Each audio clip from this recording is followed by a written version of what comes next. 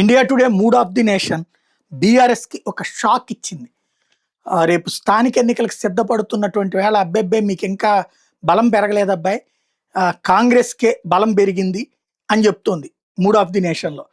2024లో వాస్తవంగా 40.1% ఉంది వాళ్ళకి మద్దతు. ఇప్పుడు 41% చేరింది కాంగ్రెస్. దానికి కారణం ఏం చెప్తున్నారంటే అధికారంలో ఉండటం ఒకటి, Rythu Bharosa, free power, cylinder ధర తగ్గించడం, ధాన్యానికి బోనస్ ధర, సన్న బియ్యం, ఫ్రీ రవాణా వంటి పథకాల కారణంగా కాంగ్రెస్ పుంజుకుందని చెప్తున్నారు. బీజేపీకి వాస్తవంగా 2024లో 35% అంటే ఇప్పుడు 2% తగ్గింది, 33%. అంటే ఇప్పటికిప్పుడు పార్లమెంట్ ఎన్నికలకు సంబంధించి చేసిన సర్వే వేళ్ళు సీట్ల పరంగా కాంగ్రెస్ గట్టి పోటీ అదే ఇస్తుందని తేల్చింది. ప్రత్యామ్నాయం బీజేపీని అని తేల్చింది.